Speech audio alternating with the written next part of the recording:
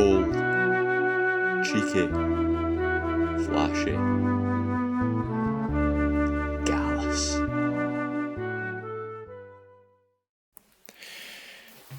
Okay, let's see how this works. I'm not the best at video yet, so this might be completely out of focus. It might also be shite. But I do have a good lighting setup, and it's called my window. So who needs a £200 light? Or a £500 light? Or a whatever how much folk are willing to pay for equipment light when you can use the sun, the mighty sun, the palm of my hand. We have water as well because I need to give the Red Bull a buy or I will die by the time I'm 35. So we've got that, and I've also had lots of caffeine today already. I had a Pro Plus. I had that like Warrior Pro pre-workout. Fucking deadly. We have the trash corner, which has random stuff in it. And I love this corner because it has this rock. It's got Great Trains of the World coasters. So we've got we have the Flying Scotsman coaster. It's Sunday Market. It's a gold mine. I love the Sunday Market. We have a Tennant's pin. This will be very relevant for later. You get the idea. It's full of stuff, and it's stuff that means a lot to me. One would say. So this is kind of a test. This section, it might be in the final cut. It might not be, but I'm gonna check because I better not be out of fucking focus.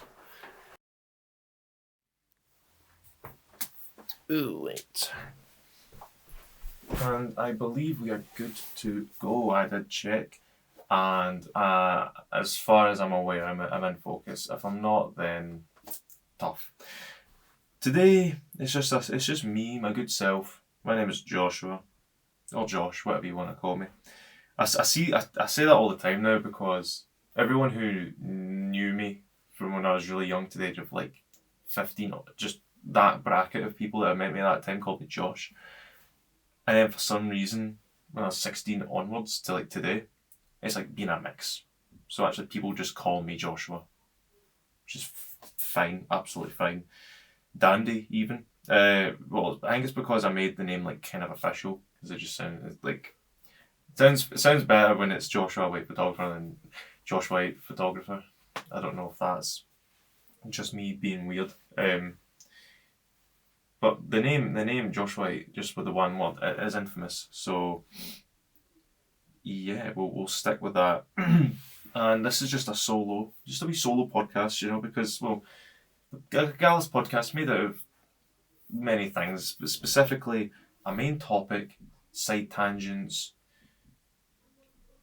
and that's about it.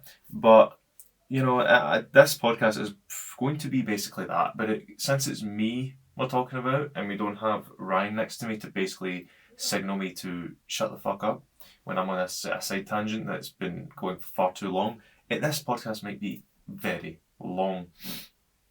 But since it's me, I need to tell myself to shut the fuck up when I've been talking on a side tangent for far too long.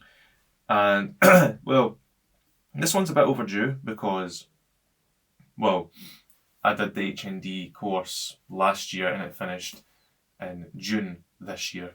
And this year is about to end. So I thought it would be a goal at least to get this podcast recorded and finished and uploaded either by the end of this year or at the beginning of 2026.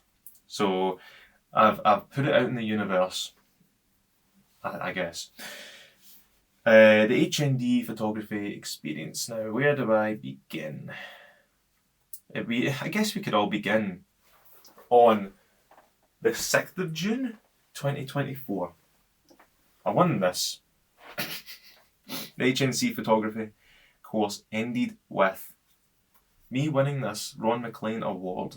I'm still extremely happy that I won this because, didn't really see it coming. It's like, I wouldn't say it's like the most prestigious, award in the world that could get me, to all sorts of places. But it is just a nice sentimental trophy to basically just be like, yeah, you did well in the course. You put in the work. You truly showed you showed something, hence why we won this. And I always look at it still every now and then to basically, if I feel, if I feel maybe unmotivated, or if I feel, well, it's sad, or like if I feel like I'm in this kind of stump, like this rut, even, I've always got this to look at and basically be like, well, you won this for a reason, and well, like just chose this for me for a reason. So, it's got to mean something. So that's why this trophy means a lot. This is what this podcast is going to be about. It's going to be me talking about this course, but also just might get existential. I don't know. We'll see. So, we start with the end of HNC photography, where I win this, and we went to the pub that night. We went to Spoons, and I think Harley's for like 2 games of pool, and we went to the last bus home because it was dire. It was a Thursday. I thought it was going to be even, but no, it was shite. So we just went home, and then I spent the summer just doing all sorts. I went and took photos of the football because this is what I've been starting to be doing at this time. After taking photos with Maple Juniors Football Club, and well, it was the summer, and I was working in Dino's, so I had pretty much every Saturday morning and afternoon off. You're starting to see where this is going to get to. So I've always had that kind of opportunity to take photos of football, to always just practice. Rain or shine, I was there. There'll probably be some photos shittily popping up right about now, but they're all on my Instagram page as well.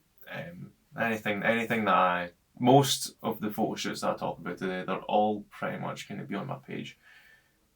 I'll say if they're not, but we'll get to them when we get to them. That's pretty much all I remember, really. And I just kind of I did a wedding as well, actually. I did a wedding in, I think it was April-ish time. So that was before I won the award. It was my first wedding, and it went alright. It was pretty good. Obviously, it wasn't like the most extravagant wedding in the world, but that's the kind of weddings that I like. Weddings just at a bowling club. It doesn't have to be at some big fucking church with like the sun beaming in through with the stained glass, shining out. Like, you don't need that all the time. Sometimes it's just the nice smaller weddings that they just want to get it done and by with, and it's just a good time, and that's exactly what happened with the 2 weddings that I shot during that time. And well, pretty much fast forward to about, when was it? August, we'll say. August time. I'm going to actually look up my page because I can't access it on my phone or something, on my laptop. So we're going to access it on my phone. Because this isn't scripted at all. We're just doing this. So yeah, we're gonna go back. Yes. So college begins. And well, I think the day before the first day of HND, we were actually out in Glasgow doing an escape room, and I'm pretty sure it was Bittersweet. If Ryan's ever watching this, he can correct me in the pub or something. But I think it was Bittersweet. We did it during like the end of August last year, and we went to the good old Spoons afterwards. Had a couple of Blue Moons, and we went home. And then I wake up the next morning, ready to begin the HND course with everyone. And well, it was just like pretty much where the HNC course, or like the environment, it all just picked up exactly where it left off after not being there for like 3 months. We had pretty much everyone that I knew was back. All of my classmates were back. I think there was a few that didn't turn up for HND, which is fair enough because they had different commitments, other things, other interests. That's very fair. But most of them came back, and well, again, pretty much it was set in stone that this course is like more, basically. HNC was just the beginning, I suppose. I didn't do level 6, I did higher in school, which I don't think was a very good idea because, well, it both the level 6, they're both level 6 courses. So I thought I was up my own arse when I chucked myself into the deep end with HNC. And you know what? It kind of worked. It kind of worked. But I probably could have done with another year. And I could have been doing HND right now, but that doesn't matter. And I was like a bit worried. I was like, wow, HND, whoo, you know, getting the shivers, you know, because you know we were all kind of intimidated, I suppose, at the start. And then like 3 days later, it's just exactly how it was. Always. September 2025. What did I get up to? Didn't get up to much other than just college. So we had like plenty of stuff to get up to. But the deadlines weren't like next week. It was like, oh, you've got a month. And we have like a couple of things to do. And that's great. So I was like on a roll. Advanced image editing. This was one of the units what the guy taught us, and it was I guess it was fine. Like it was one of those I learnt the most. Like it was one of those courses that I did kind of learn the most because, well, it's Photoshop. Photoshop is an endless rabbit hole. There's probably things the best Photoshop expert in the world probably still hasn't found out yet about Photoshop. So it was pretty fun to. We got a couple of we got like a sample one to begin with, where it's basically we've all got these exact 3 images, but you make your own kind of thing out of it. And for this one, it was like Winter Storm, and it was basically a picture of Gary sitting on top of a hill, in an abandoned like plane, I think it was, that was crashed, and well, a stormy, well, it was a very snowy landscape. So I forgot where it was. It's like up north or something. And well, we did that, and it was like, I was like, wow, because we kind of taught myself a wee bit, and there was obviously like, you know, guidance on good old Teams. I miss Teams.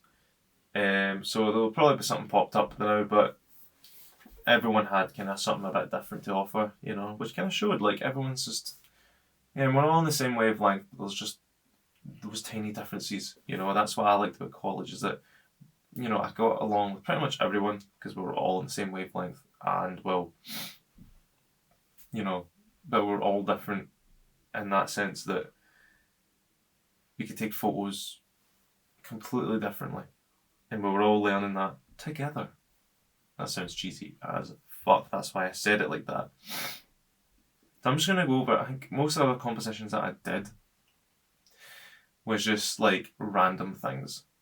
So I got like my mum and dad's car, and I just went and took photos of that, and then I went to the woods in the autumn after the gym. I remember this day we went to Benefit, went to Tim Hortons, then the gym. It was a really good day, and this was like early in the morning anyway. So I was like, right, I'm just gonna take some photos, run about the joint, so I can just get some stuff for the image editing course. And did some editing with the car inside the woods. It was like a big gap in Castle Hill Woods. I thought it'd be perfect to sit it there in Photoshop. And then I got some samples of sample photos of leaves and all different shapes, and I made sure to get some of them in the foreground in blood. So that was kind of useful to get that. I really enjoyed that exercise. Well, if I can find it, I can show it. The only problem with that one is that the reflection in the car window is still like intact from the original one, so that was kind of that was like that kind of mistake. I was like, oh shit. That's why you've got to be careful with image editing, especially if you're doing like pure like composites like that. There's a reason why it's called advanced image editing. The image editing course in HNC was, well, just general image editing, like workflow, batch editing, how to use the sliders, how to do, you know, what's that fucking thing called? Frequency separation for like headshots and portraits, you know, things like that. But with advanced image editing, this is like composites. in like stitching 3 images together to creating this grand thing. So there's a reason why it's advanced. But I enjoyed it. Enjoyed this one. I think the last one that I can remember was Centre Parks. Because we'll get to Centre Parks. Oh, we will get to Centre Parks. If it's not been talked about already, to death on the podcast. And we will never get tired of talking about it to death on the podcast. It's about Centre Parks 1 and 2. We talk about it all the time. And I will be talking about it again. But anyway, I was there when we were there. This was like November. I ended up taking some photos of like just the general, like at night time. It would always be at night time. And we'll get to that. We'll get to it as the famous quote from me every time. We'll get to it. We'll save it. We'll save it for later. Save it for the end, if they will. And I went to Brazil a couple of times to take photos of the kind of bamboo structures of like characters that aren't there anymore because some fannies thought it was a good idea to I think set them on fire or like vandalise them at least. Yeah, fuck yous, whoever did that. And yeah, I got some photos of them before they went in the bin, and I composed them together. You know, I think my white balance was off. I think that was pretty much the only complaint because I was using like the shadows, like because there was only the one light source in those that photo from Centre Parks. You might hear the wind. That's another thing. You might hear the wind because the microphone's just a free microphone, so you might hear anything. Anyway, the lamppost had a light. It was like light inside it, so when it came out, it was like, you know, just learning the directions of shadows and light and stuff like that. That was a good exercise for that. The other two, I don't really remember, if I'm honest. I know there was 5 composites we had to do, but I just don't remember. So we're gonna like advanced image editing as a course, as a unit. It was pretty good because like I know like it was kind of stressful and it was kind of very much out of my kind of, you know, league, if you will. It was kind of out of my comfort zone very much, but that's the kind of things you've got to do. You've got to always try something new, whether that's editing or shooting some or videos. So, you know, this is like the 3rd video is the kind of thing I've ever done on this. So, you know, there's a thing there. And I was quite happy to have learnt something for each of these 3, you know, exercises for this unit. So thank you, Gary. Fucking legend. We're going to go back to September because we're doing this like kind of in order. And again, I don't know how long this is going to take. We went to street level, went to Glasgow. Now, this was, I don't know when this was in September, but we ended up going to street level at Trongate. We did this a couple of times last year, and I'm pretty sure it was, I think Simon Murphy was there. The great Simon Murphy, from the one who did the project about Gavin Hill. I look up to this project very much because it's something that, well, I'm inspired by his work very much, you know, because, well, insert project that's I will talk about later that I'm still very much desperate to do, but it's just going to take its time, and that's fine. But that project, I'm inspired by Simon Murphy's work, you know, to do this project that I'm doing. So it's just going to have to take its time. Might not be for a while, but it is what it is. I had to be chat with the guy as well. Really nice guy. I think there was another thing that was on. I'm looking through my gallery there now, and it was like, I think they were all just kind of chosen. I think it were Glasgow students, I think, and they were all presenting it and like on the walls in different ways. So there was one where like they were all the photos were in boxes, and it was like kind of like weird looking. It was pretty cool. Then you had like one in like a scroll kind of thing. So you roll it down, and there it was. It was pretty cool. Then you had this one. This is probably one of my favourites. It's like they're all presented in like these really old frames, and they're all like blue tinted. So you've got like one that's like if a woman uses for like someone would do her makeup or something, just a tiny wee mirror like that. There's a photo in that. Really cool. So that's the kind of thing that we did. And then we went and got donuts and did street photography. Because Kim really hyped up this place called Dough in Glasgow. like hyped it up for like a year straight. We're gonna go to this place. It's fucking brilliant. And you know what? It was a donut, and it was really, really nice. So thanks, Kim, for recommending that place to us. And we did some general street photography. It's a fun trip. I did enjoy the good old Glasgow trip because, well, we all just kind of separated after that, and we would just meet each other. Sorry, my nose is kind of runny.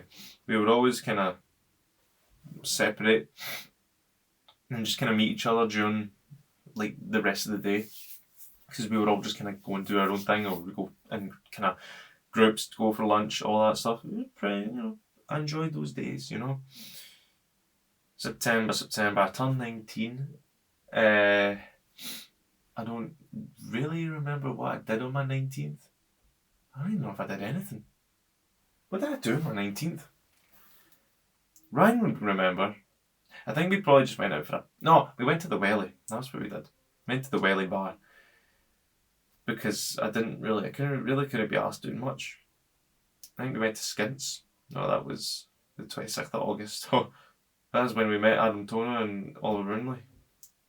Brilliant folk. Yeah, there's no much else. There's fuck all that I did. My birthday, we went to Harley's probably. There is a video of Aaron in the Smoking Goat singing Don't Look Back in Anger, masterpiece. And then college, obviously. So we get, this is like the big boy units now. This is when the proper photo shoots happen. I'm going to just quickly check how long I have left on this recording. 10 minutes, right, that's fine. It's just because I think I have to record them in half an hour increments, and then just continue recording them. So it's just so that I don't end up yapping to a camera that's not even recording. So about 8 minutes. I'll keep track of the time. So we get presented with the fashion unit. So HND, we got portraiture, stuff in the studios, lighting setups, outdoors. We got a good variety of stuff. And this year it's technically last year, but HND it was more narrowed down because it was fashion. So it was all about the clothes, all about mixing your portraiture skills in clays. And as someone who wears the same jacket almost every day like a cartoon character, I was kind of being because I'm not good at fashion. But it was actually really fun. The first project that we did was coastal culture, coastal something. It was coastal themed, so it was outdoor theme. You had to shoot outside, and it was either at the beach or a cliff outside, where all the water is. Basically, as long as it's at the coast, next to the water, kind of aesthetic theme location thing. That was the general idea, and it was for kind of a magazine cover. So I ended up getting my good model who's really good at modelling, and he's also just a sound guy in general, Freddie Boy. I'll get the photos up shortly, or whenever I feel like it actually. But I just thought, the clothes didn't matter. It was just obviously good clothes, to advertise the clothes, to it's for a magazine. So I was like, right, Freddie, you wear really classic vintage clothes. And then he was like, that's totally fine. And we went down there. It was a very, very warm day. I was fucking swelter. This was before I could drive as well, so I was really, really desperate to drive, because I actually started driving this month as well, lessons. So it was just the beginning. And well, Freddie was a great model as always. My favourite one is the final one that I've got in 16 by 9. Where it was just this kind of it wasn't even by the water. It was at the beach, Air Beach, next to the pier. But it was mainly kind of the grassy kind of the bit with the long grass and the big black box looking thing. Which did definitely count. And we went down the pier as well, but there was a couple of shots I wasn't too happy with. And this was the first time I actually used fill in flash for or one of the first times that it kind of worked, and I kind of figured that it kind of clicked how fill in flash works. which was, again, good learning curve. I learned how to do fill in Flash. I'm still not, like, obviously I'm still getting better at that, but, I was like, got the general idea of it, and Freddie was, well, sim as fuck, as always. We'll get the photos up. Just, they're all like, I'm going to just pop the photos up as if it's some shitty PowerPoint, aka the thing that I'm reading right now, which is just a PowerPoint, so I don't forget, and I'm in the straight and narrow.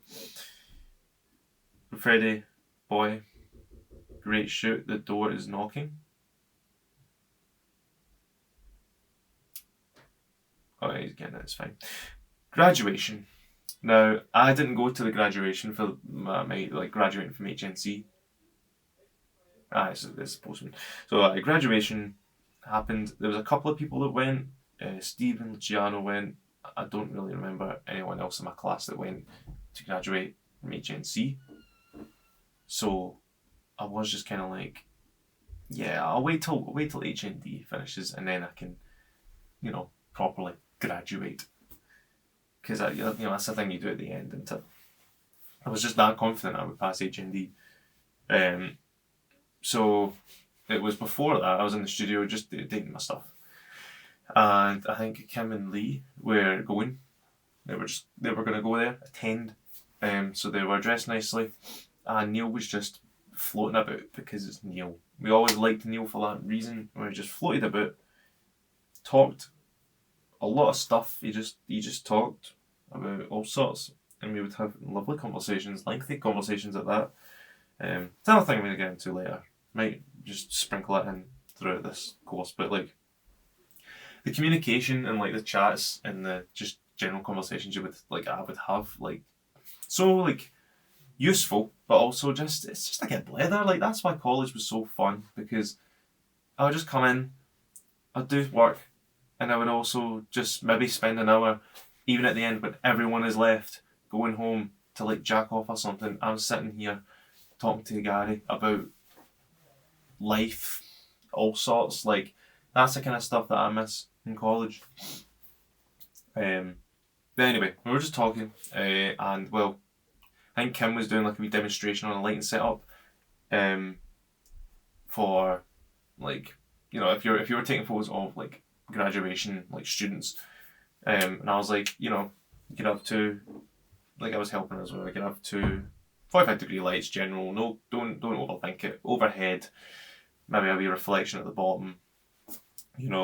That's kind of simple enough. And I got a nice wee shot of Kim, Lee, and Neil just doing the, smiling away at the camera. Charlie's Angels kind of style, because I wanted Neil in the middle. So I'm pretty sure Kim and Lee were dressed the same colour, and then you just had Neil in red, which was great. He wasn't going to the graduation, but like, it was quite fun. That was a fun time. That was a fun shoot. And I'm pretty sure that wraps up September. I don't really remember too much else. I've still got my notes of all of the deadlines. Yeah, that's a lot. Yes, not too much to happen in September, but I have went on for about half an hour. So I might have to hurry, or I might just do it at my own pace. I don't know. I don't give a shit. Yeah, this is when I'm gonna turn it off and turn it back on.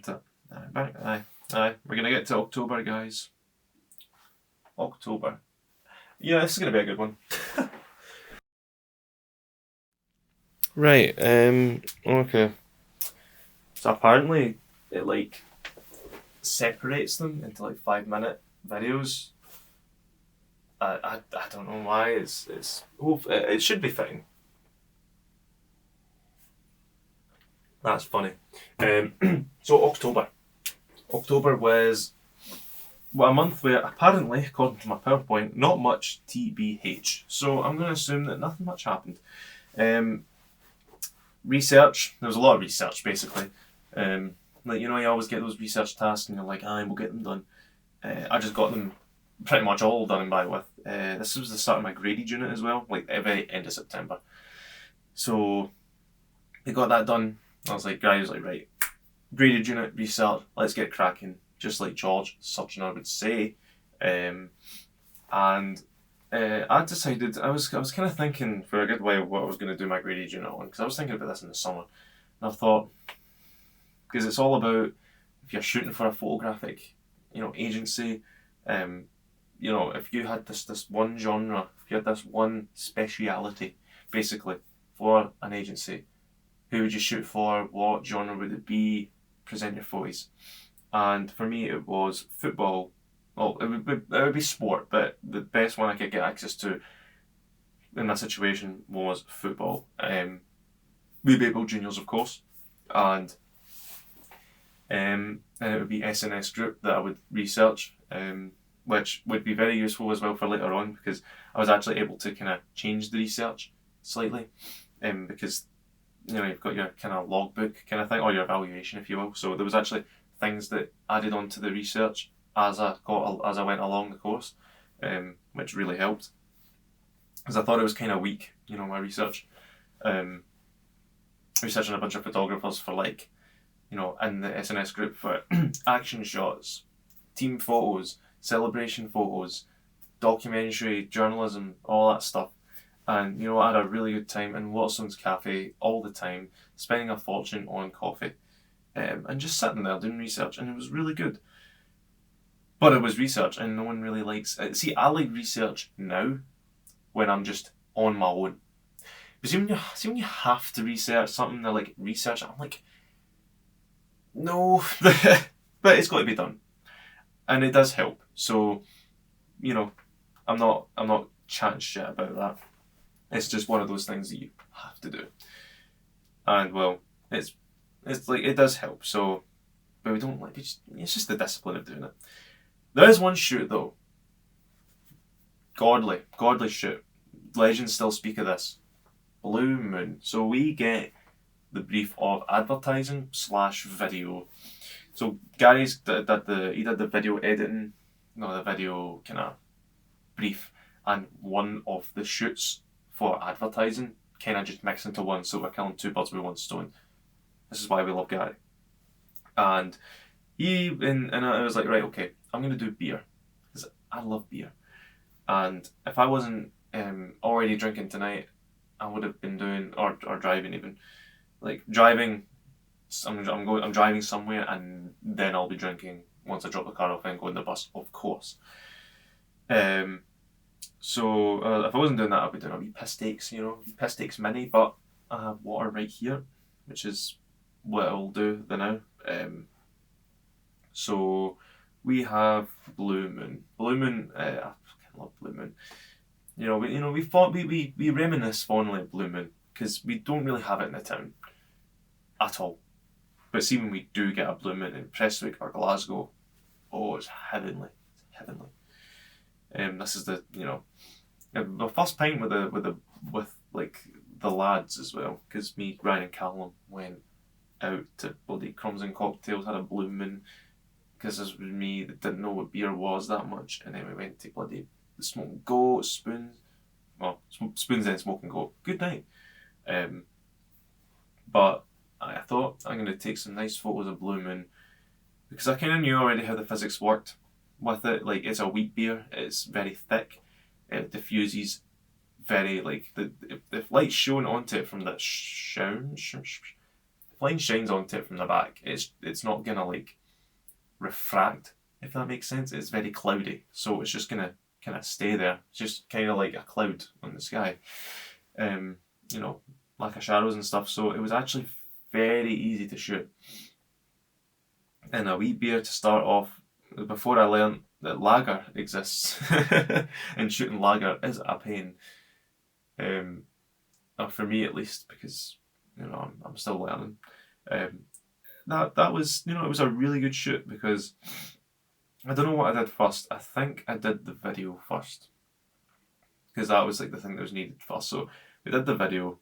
It was the 24th of October. It was a good day.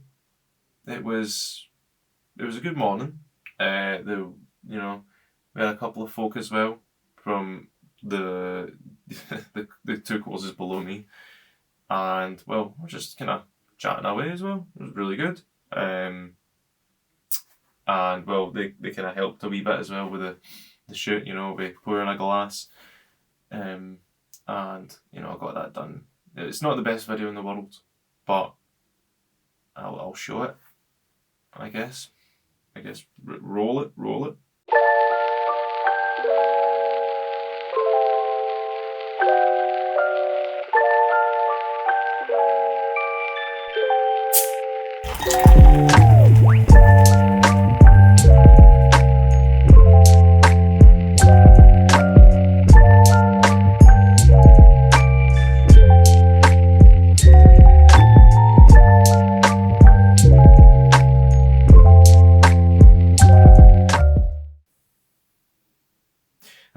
That should be the video finished.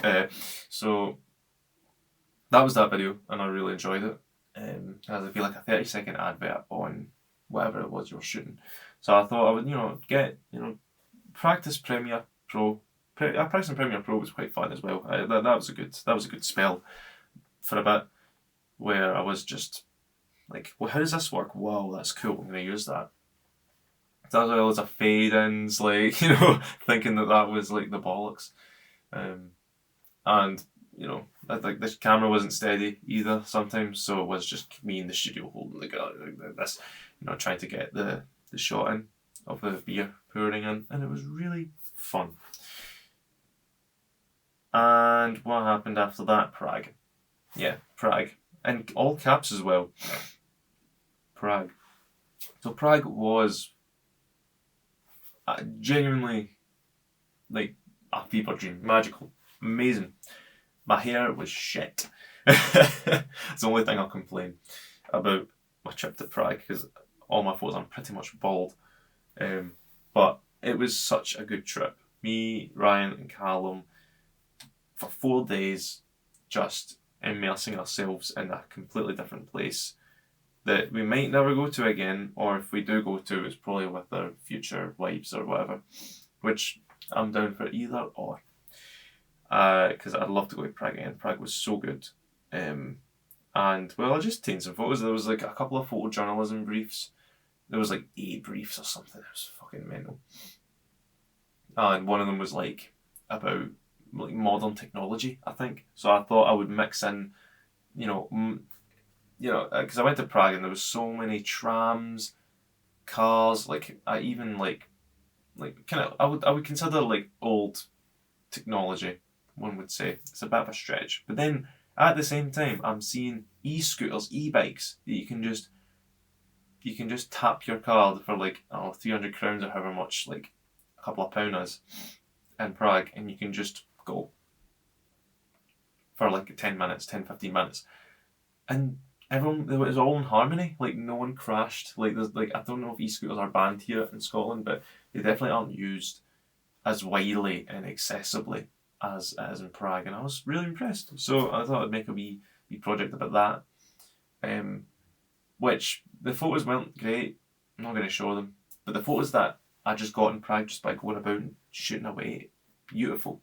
Which I'll kind of show. These are never seen before images coming from me. I never uploaded them for some reason. I got a photo of like a panorama of the National Museum, which was brilliant, but that was the only thing that I uploaded, and I just kind of forgot to upload the rest. So you might see them one day. Well, you'll see them now, but on my page one day. But I really enjoyed Prague, so good. And we came back on Halloween.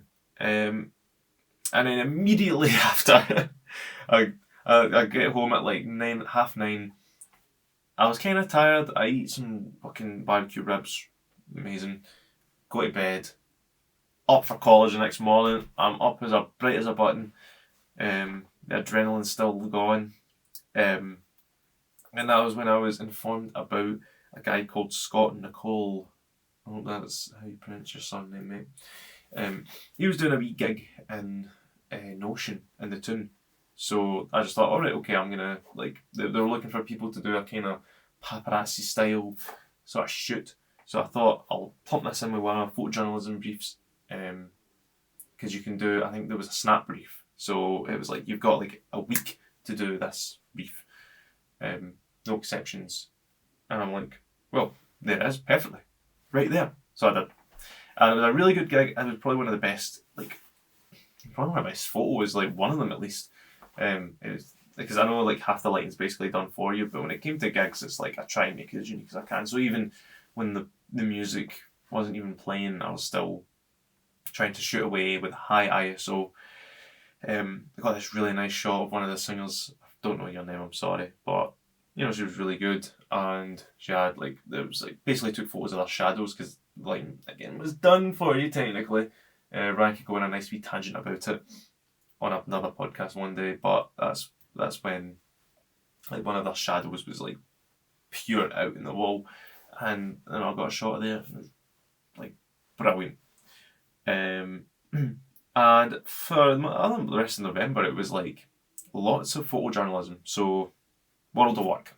I went to the Toon, got some snaps of the fruit stand that you'll always see in our high street. It's always the same two blokes or three, just selling fruit and veg, fresh as fuck. Brilliant. Not great photos, if I'm honest. Technology, that was one in Prague, I think. Yeah. Urban. I don't remember this one, if I'm honest. I think it was urban landscapes or something. I genuinely don't remember. Now, this this reminds me. The creative industries unit. Now, this was a unit that was very, I was very mixed about because it was, it was stuff related to photography, but it was also other things. And I'm But the one thing that I really didn't like doing was the distance photo shoot. Distance photo shoot, right? So, back when COVID was happening, photographers used, I don't even know the name of the app anymore. I downloaded it for half an hour to do this shoot, and that was it. But it was this app where someone can basically take control of your phone, your phone's camera, from a different location. So no, I can take control of their phone camera on a different location. So that's basically what I did. I was in the college front door. I hope you don't hear this, Kim. I'm sorry. I got a good friend Grace and her friends to basically go to the woods next to the college, kind of down where the UWS is, and I controlled Grace's camera through my phone, if that makes sense. And I got a photo of her friend Jax doing some stupid shit with the leaves or something, I don't know. I'll show it now. That's what I got out of it. Because the signal was terrible as well, so I had to just kind of do it. I guess it was fun in the moment. The lead up to it, I was oh my god, can't be bothered. And well, it was alright. It turned out fine. I got the photo. It was fine. I wasn't gonna be right, you go to this next room and you just take the photo. I wasn't gonna do that because I would feel cheap. I would feel that. But I thought, I don't know anyone from Australia that I can do this with. So I just thought, right, just go far away enough so that I genuinely don't know. I know kind of the surrounding area, but I can't see you. So I think it still counts, I'd say. What else happened in November? We'll get to this after the denim shoot. Well, so this is the brief tour of photojournalism, fucking fashion. Brief tour of fashion. And it's all about denim. So we have to get our model to wear denim and show the denim in its perfect flexibility and habitat or something. So this was the first. You could do it outdoors. I think it was in studio only. Never mind me. I think it was in studio only, and your model had to wear denim. So, friend at the time, Madison, I got her to wear double denim, basically. I didn't know anyone else with a denim jacket. She happened to have one, so I was right, denim jacket on, denim jeans, and I think it was a pixie. It had little pixie what's their band called? Pixies, I think. And I had like stamps. Fucking what the hell are they things called again? The thing that I genuinely Apaches. That's it. How did I forget that? How did I even not know a word? So we did that. So it was like good, like showing off the patches, showing off the actual denim itself, like the texture of it. Shot it mostly in black and white, like some of them, but the ones that were in colour, I had like it was like vibrant blue, and I know blue is quite like blue and green are those kind of colours where like if you have to really be delicate about, when it comes to like, upping that colour because it could just end up looking terrible. Like for example, a very blue sky. Like you don't want to up the blue too much or it will just look like hish, or you don't want to make the grass look too bright because it's going to look very neon green. I think Kim had a crash out one time about neon green. That was a funny crash out. That was one of those fun conversations that we had. And well, anyway, that denim shoot was really good because I had the lighting setup was really good as well. I had like a beauty dish above me, so it was shining down on the model, and 2 lights behind her, so it would actually like shine on her hair and like behind the denim, and then obviously 2 reflectors in like one each beside me, so that there would just be some kind of general fill in, and it was again turned out very, very successful, and the model was fantastic as well. So yeah, there's not much else to say about that. We also did a class crit. It was the only one we did, like for the fashion unit, where we had to print out our photos and show them out. And then we would all go about the table and then write sticky notes about like, oh, I like this part of the photo, this could have been better. General funny comment, haha. So there's things like that. And that was quite fun. I enjoyed that because I got to see everyone else's stuff, and well, they got to see mine, and I got to get some constructive criticism. And well, after that was by, went to Edinburgh. Well, I went to Edinburgh because my man John Lee from Edinburgh College, he came to Ayrshire College, and he talked about the Edinburgh College course because he knew, because we all knew that we were all going somewhere after college, after this course. So he was giving us a good like overview basically about the Edinburgh College BA Honours course. And I was really tempted at first, and I'll explain why as to things are the way they are now. But I had a chat with him about sports photography, and he was like, right, see if you can, I think this was his own words, if you can get your ass down to Edinburgh College at 9 a.m. on the 13th of November, you can listen to Ross Parker from SNS Group talk about his experiences with sports photography, and I'm like, I'm in. So I got the shift swapped, brilliant. I woke up at 4:30 so I could get at 6 o'clock, X77, Glasgow, 7 o'clock-ish, train to Edinburgh, and then the fucking tram to the college. Yeah, that was some travel. That was brutal. But we made it there for 9, and it's Ross Parker, sound as hell. He was talking about a lot of stuff. I was like panically like writing everything, asking loads of questions because, well, I'm not going to take this opportunity to view this guy with the agency that I am studying for my bloody graded unit for granted. So that's what I did, and I had a good chat with him. And that made me kind of like, when I'm shooting football again, I'm like, right, these are the things that if this ends up in the photo, it's not like, it's no worth it. Things like that. Things that you need to include. I'm just going to check quickly how long I've got left on this recording. 10 minutes, that's fine. Yay. So we did that, and it was just a general great shoot.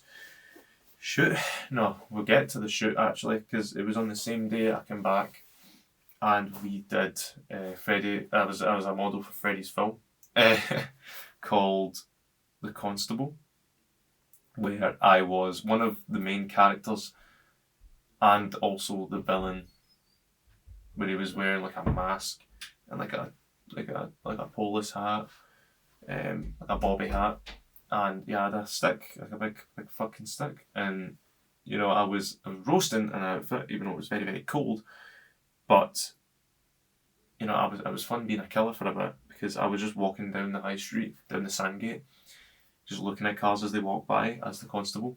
Brilliant. This has got nothing to do with the course, by the way. This is just a good time. And well, you know, there was a couple like, you know, yeah, it was a good time. I liked that, but I was knackered. But it wasn't over. I got home at like 10ish, and I fell asleep to wake up at 4:30 again because we were going to Arran. Well, the HNCs at the time were going to Arran, and I was like, "Can I go?" And they're like, "Sure." So yeah, basically we did that, and there was also people that wanted me to go anyway because I guess I'm just the fucking bollocks. We went to Arran. Grace picked me up. Really appreciate the lift to Barassi because she was going with her pals into the ferry. Because one of our pals was also driving, she was dropping off at Barassi, if that makes sense. So, apart from this lift and the ferry, when I get to Arran, I'm stranded. I don't know what the fuck I'm doing. I'm just winging it. But Victoria McKee, Sailor Wookie on Instagram, like, and she was one of those students that I kind of spoke to at the time that like was dead set, like very just as serious as me and Gregor and Martin. Like that was like kind of like the very serious people who took the course seriously and was actually like actively wanting to learn a lot. So that's what like she gave me and two others a lift, and it was like eternally grateful for that as well. Thank you. And we just went about Arran. I took some landscape photos. I think I caught a cold like halfway during the trip, so I was like really out of energy, and I was like, fuck, because it was such a good chance to get some nice landscape photos and to learn some stuff and to socialise, but I just wasn't in that flow time, like by the time it was like 3 o'clock. But we got the ferry back at about 5 anyway, and I had a bottle of fucking Arran Blonde. Of course you had to get that. But I didn't know how I was getting home because obviously, I didn't have my car with me because I didn't have a car, and also my lifts were going two totally separate directions, like places. So I got stranded in Ardrossan for a bit until I got the shitty bus to Irvine, and then I walked down Irvine Rivergate Centre myself at like 8 o'clock at night, and that was. Genuinely, if you're walking down that place at that time, the only time I feel fear is that place. Not fun. And then I just got the train home. I think I nearly fell asleep during it, but I was like, no, stay up. And then I went home, crashed, and slept for about 14 hours and dreamt that I was at my own funeral. I'm not joking. Get your sleep. So that was on like the 14th, I think. It was such a good sunset. The sunrise, though, that was such a good. Like that morning to Arran was brilliant. I'll show you like a photo of like a panorama that I got as well during sunrise when I got there. Amazing. Centre Parks. What hasn't been said about Centre Parks that's not been said? The fucking cyclone 70 million times in a row. David from Hucks, who didn't take care of us, and his good pal Georgia, who gave Ryan a free blue moon because his plain burger waited like an hour to get here. It was surreal, and also the general walks that we went, the Christmas Wonderland, and it was like really frosty. It's like almost snowy in a way. It was so frosty, but it was so good when you got into the warm pool. I just love Centre Parks. So much. And well, it will always hold a special place in my soul.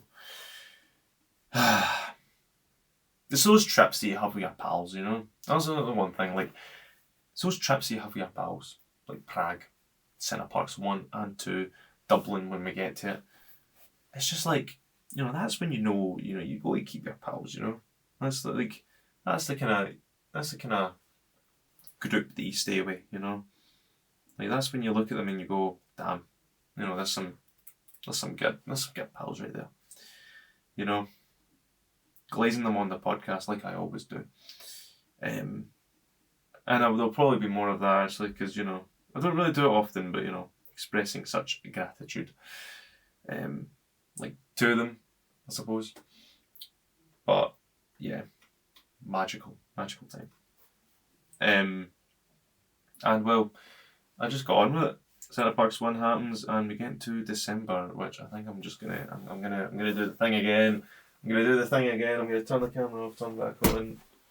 This camera's weird. I don't know how to work it sometimes. Okay, that's me back.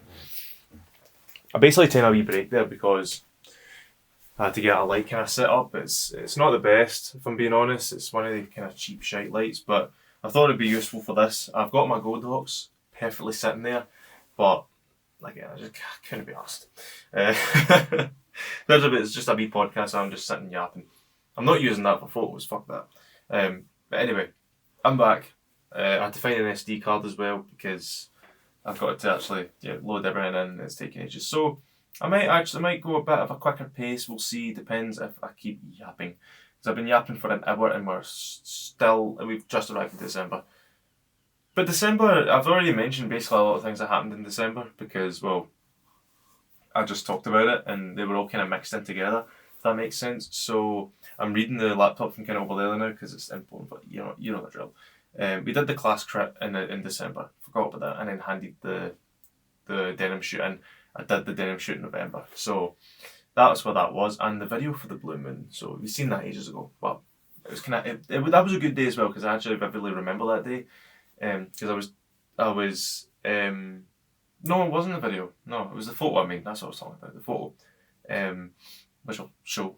I think I've probably only shown it already, but yeah, I shot that, and it was like a Christmas kind of backdrop that was chilling out in one of the studios. So everyone had like tinsel and Christmas jumpers, Christmas hats, and they were all just sitting there, with either taking photos or being the models and stuff. It was one of the busy days in the studio where there was a lot of people in, and there was a lot of people wanting photos just coming in and out. That was one of the good the days that I also really loved, because although you were sitting having a conversation with the lecturers and having a gab and all that, kind of passive days, there was those days where the studios were just so busy because there was either an occasion for it, like Christmas time.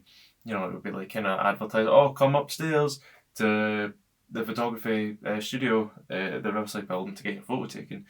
So it'd be those kind of days where 3 of the studios were booked solely for this shoot, and everyone would be doing it. Everyone would be taking turns taking photos. People would be taking turns being a model.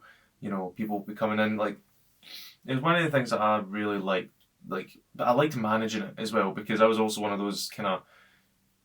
I was those kind of ones that always kind of went in from each studio to another just to kind of see what was going on, with consent, of course. Oh, can I come in? And then I come in, I'm going, oh, how are we getting on? As if I'm a teacher, which we'll get to, because, well, there's something, I'd like to talk about it. So yeah, that was a really good day. That architecture unit, I got that done within a couple of trips to Glasgow, which I'll kind of show. There was some that were pretty good, there was some that weren't, but I did learn how to actually because it was always usually with a wide lens you would shoot architecture with. That would kind of distort the photo even more since it was a wide angle, but I learned things like how to actually get rid of those kind of distortions, because make the buildings look up straight, things like that. That was a pretty fun unit. And of course it was Gary that was teaching it, so it was automatically brilliant. And I think for one of my photojournalism briefs, I ended up doing a Whitlets Fix football club. They were doing a Christmas camp sort of afternoon for the Waynes. So they asked me to take photos, and I did. I'm not going to show them just in case, because obviously I've never uploaded on my page and they're all like, it's children. So all the parents, there was parents that were there as well, and they're like, that's brilliant, that's fine. There had a couple of parents that were like, no, none of my wedding, please. I'm like, alright, that's fine. They all had like different bibs and looks. So I was like, okay, I'll just match to know who was, who wasn't, like a subject in a photo. But that was pretty fun because it was pissing a rain some of the time. It was absolutely tipping it down for some of it, and it was really really windy as well. And I got this brilliant shot of one of them just looking at the camera, drenched, bib kind of half on, like looking absolutely miserable, holding a ball next to a net, and that was a really good photo. I'm not going to show it just in case because I don't know that child, but I didn't even send that to the club either because why would they, you wouldn't use a photo like that as a shot to advertise, not to even advertise, just to show the event. Like, you wouldn't do that. But it's just one of the photos that I always looked at and went, that's pretty funny. But that went and happened. I kind of forgot that happened, but I was just looking at the notes. I'm like, oh yeah, that happened, yeah. And just Christmas, full stop. Christmas happened. It was one of the good Christmases because we just were in the house all day. Like, we were just in the house, dinner by 3, and we just chilled the fuck out after that. There was no rush to leave the house. There was no like, oh, we have to get go back go do this. No, we just sat in the house, chilled out, just talked about everything, talked about life, got existential probably, and we after this year we will in Christmas get existential and deep, conversations. But that was a really good Christmas. Got a couple other presents as well. They were pretty good. From someone. But those nights out that I had, like before Christmas, they're always the best. They're always the best. I've got plenty this year because we've got the Great Asda Christmas Extravaganza this year on the 12th. We have, like, I'm recording this on like the 6th or something, or the 5th. We've got the dads minus Callum, of course. God rest Callum. Christmas kind of night out where we're going to go see Love Actually, and then we're going to go see go and do an escape room. That was it. So things like that we did, and kind of heavenly, or we will do. And I've got a birthday today actually, Dominic's. I don't really know him that much. Don't know him too much, but I do know his pal Neve. So I'm invited at the Bell Rock tonight. I have to leave in like 3 hours, so we will be there, and that's why I've got to hurry up with this. No, I won't. I'm just going to keep talking. But it's always those times. It's so good. Love Christmas. The Eileen Seahorses as well that I had last year. I'm begging for more of them this year because it's the only time I'll have them. Because they're just these like amazing luxury like chocolates that I'll never have any other time of the year but Christmas, and I'll actually devour them all. Oh, so good. So that's my Christmas kind of rant over. Not even rant, just Christmas full stop. What else happened? Let's take a look at January because New Year's happened. That's funny. There we are. Okay, so that's another thing I meant to forget. At Centre Parks, I was taking photos. Or not, I was just taking photos outside and stuff at the dark, which I've shown already. But then I looked on Facebook and I found an advertisement for Harleys in Ayr saying we were looking for photographers, and I just put my name down. I'm like, why not? And then I ended up shooting in Harleys and Skints for like a good chunk of the year, and I still am actually to this day. I'm doing it on Boxing Day, so on Boxing Day I'll be there, even though it already happened by the time this podcast is out officially. So I'm there on Boxing Day, and I was doing it every now and then, which I'm quite happy with. But even doing it last year, I did it on New Year's Eve and I did it on Boxing Day. And just a general kind of every couple of Saturdays and Thursdays, because it was Skints and it was a Saturday. It was actually better than being in Harleys and drinking. It still is. So that's what I spent my New Year's doing. Everyone else was in Glasgow in the fucking box or whatever it was, while I was in Harley's watching everyone else get pished. You know what? I didn't mind. I didn't mind at all. I actually enjoyed it because there was folk that I knew that were out anyway, so I was just having a good blather with them, taking photos. That's literally all you need. Like a good blather and taking photos. It's exactly how you like have a college day. That's what I spend usually some of my time doing in Harley's, taking photos. Like if I'm there from like 11 till 1, a good 45 minutes of that is just spent talking to everyone because I'll know them anyway. So it's a good time. It's a good time. And I still do it, so I'm quite happy. Then the New Year's happens and stuff, and then we're into this year now, 2025. January, not much happened according to my PowerPoint, but we did go to the Grain Exchange in February so that we can do this exhibition, because there's the great exhibition that HNDs do at the end of every year. And I'm like, right, okay, let's do this. So we went to the Grain Exchange, all of us, in there, and we just had a look, just a general scan, just to see how much space there would be, how much the thing would cost, what we need to do to kind of, raise funds, like all that kind of stuff. And I was just chatting with Raymond, who the main guy in there, and having a good blather as always. I came in a couple of times after that, just because I'm always in the town anyway, so I was having a chat with him. I have plans. But for the now, in February time, this was for the HND exhibitions. Everyone got a table each, or like a bit on the wall, depended on what you wanted, how you wanted to present your images and what you had to present. So I just had like, I'm skipping to a half far ahead, but for the now, it's just like scanning the place. And I also took photos of Tennant's lager, which the pint itself, because right, this is another side tangent here, but see the Tennant's brewery, oh my god, so good.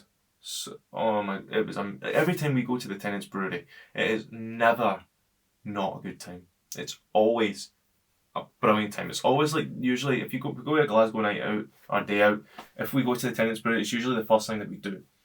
Or the second thing. Like after we get some food, after we maybe go see a film, we might go to the Tennant's brewery, get a couple of pints there, pint of the fresh unpasteurised Tennant's, which is bordering Gallus tier.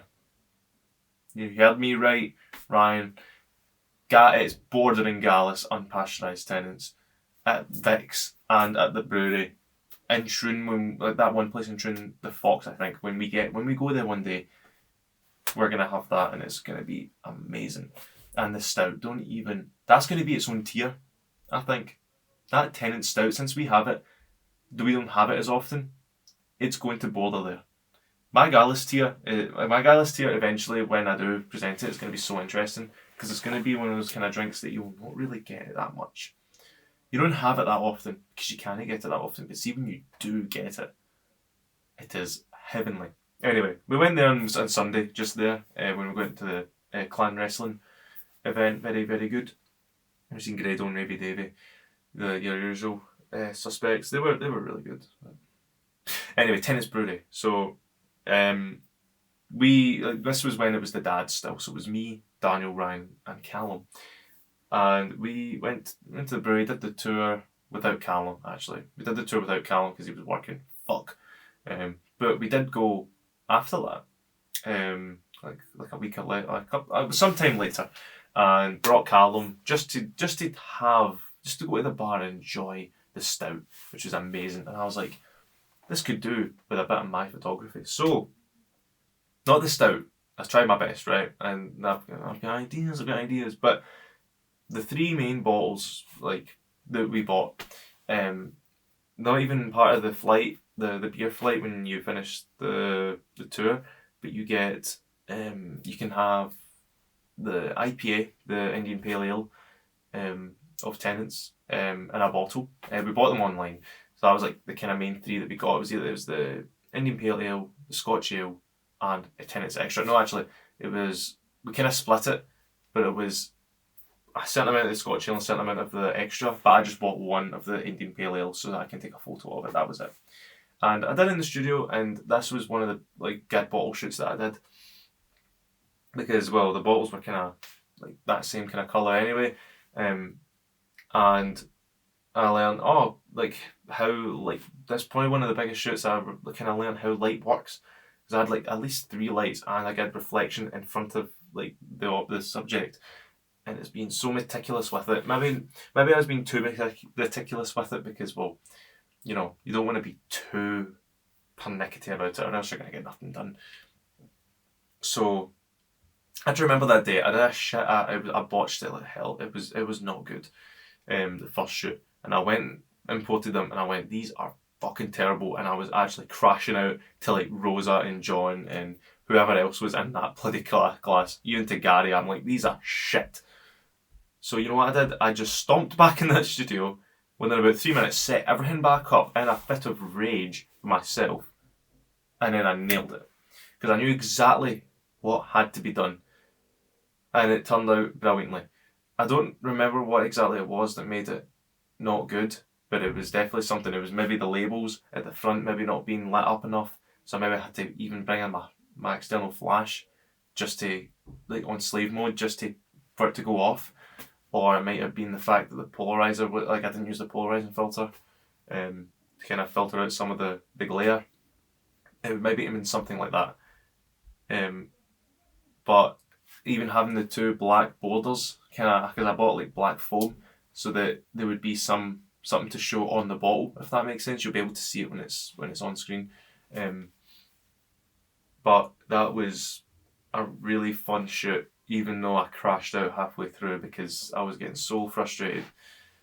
But it worked out very well, and I was like, right, because this is all part of the advertising unit, and yeah, so I did that with I did a pint of tenants as well, but I think I deleted the full shoot after I submitted it because it was really bad. It was not good. I didn't like it. I didn't. It wasn't a good shoot. As again, this was what I was talking about earlier with lager. Lager's quite. It's very thin. I guess you could say it's like if light goes through it, you can see everything behind it. You know what I mean? You can still see the lettering behind on the back of the glass refracting, if that makes sense. So there was like, you know, lettering on there and it didn't look good. You know, it didn't look like triumphant like a pint of tenants should look. So it just didn't look good. And I realised, yeah, this is actually harder to photograph like very pernickety beers like lagers as it is for like a wheat beer. Because even though you're on a ticking time bomb with beer, wheat beer like it's like a shorter amount of time for that head to just go down like that and get flat. But I just managed just fine. Though with tenants it can be, or just any other drink, it can be annoying. And I'm trying my best to get some kind of studio set up in here so I can do this again. But it ain't going to be easy. So I might do with what I could do in the studios in the college. And well, those bottles were great. And I'd also, you know, again, it's all a learning curve at the end of the day, and that's something that I probably should have figured out when I was like doing the HND course, because of course there was always the impending doom of, oh, I'm leaving college very soon. What's the next step forward? You know, that was always the worrisome bit, because you know I was always too scared, I guess, of change. You know, I was always like really worried about what was going to happen, like whether that was, you know, because after school everything changed. You know, like, you know, what's going to happen when I leave school? I'm going to go to college, but is everyone going to like me? Am I going to be good? Am I going to keep my friends? You know, am I going to keep my relationship? Like, most of those things stayed. The relationship didn't, but like like it kept my pals. I'm so glad. Keep your pals, alright? Just keep them always, always have them. And if you like, because I was so worried in case I would lose them when I left school, but obviously that didn't happen. Still obviously like best pals with all of them, so I couldn't be like, I would rather have that than, you know, I would rather have just that than you know, than no pals at all. You know, it's What? No, I said that wrong. Basically, I'm just very grateful to have pals, right? Where did this? Wait, why did I mention that again? See, this is a good Josh Whiteside tangent here, getting all deep. But I changing stuff. So it was right at the school time. I was like, well, I'll be able to keep them. What's college going to be like? Is this and that? And I was so worried, and then college happens, and then I'm like, oh yeah, it's absolutely fine. Sure, there's like change in environment and age and life, but everything pretty much is still the same, except I could go to the pub now and wake up for college tomorrow. It's great. Um, this year though, had lots of change, but I'll get to that obviously. I'm just checking my 10 minutes left on there, and I've got stuff to talk about here. Oh yes, March was some month. So we had I'll get to the whole change thing, I guess, later on when I mention it, like when the time comes. But for now, it's March, and I don't know. I've been saying this whole time, but I've been doing my graded unit during all these months, going to games whenever I can on the Saturday, rain or shine. I'm going there, and but I had a bit of a problem. See, I put in my brief that I had to shoot. I basically set, I wouldn't say unrealistic standards, but standards that were quite hard to meet because it wasn't my fault that a fucking storm happened and 3 weeks in a row, like, the games got cancelled.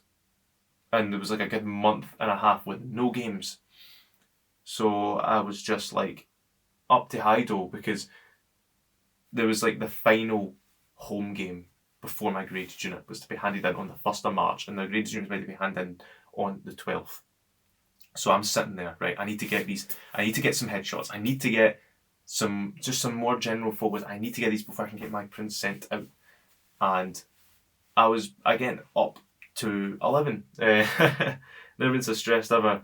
But that day of reckoning on that Saturday when we went, I got some final photos of the game, and I got the general kind of headshots, not even headshots, just general portraits, which weren't the best, but they fit the brief, and it was my first time doing it, so we can show them like now.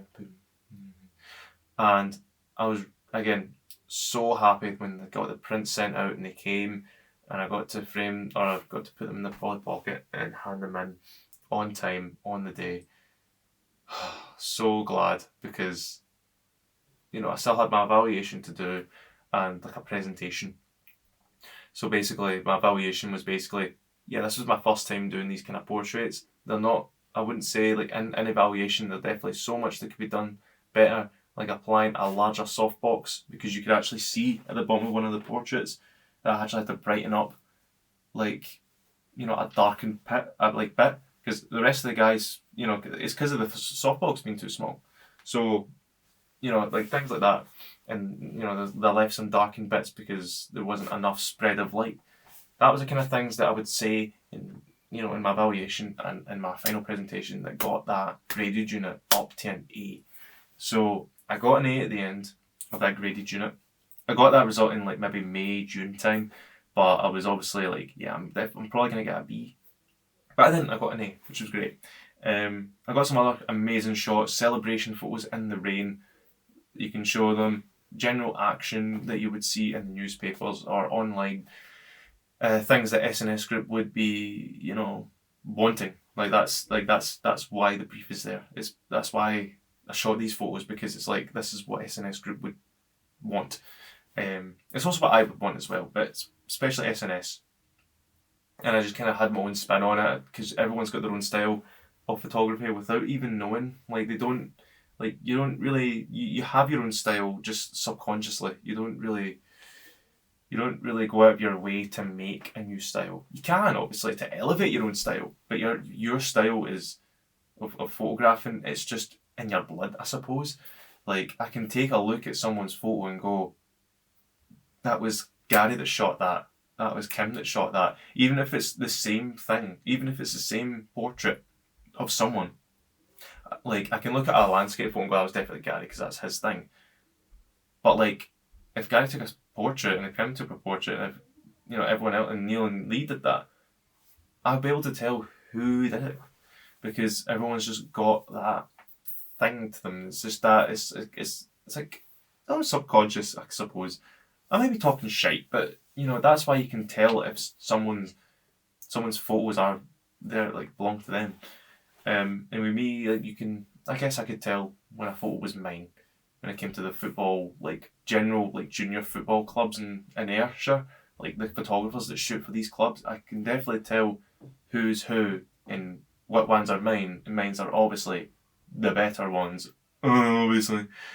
So yeah, it was quite enlightening. This is the kind of stuff that was going through my brain when I was doing the evaluation. So yeah, graded unit was something else. I'm gonna cut this. I'm gonna cut this so that I can cut this. Yeah.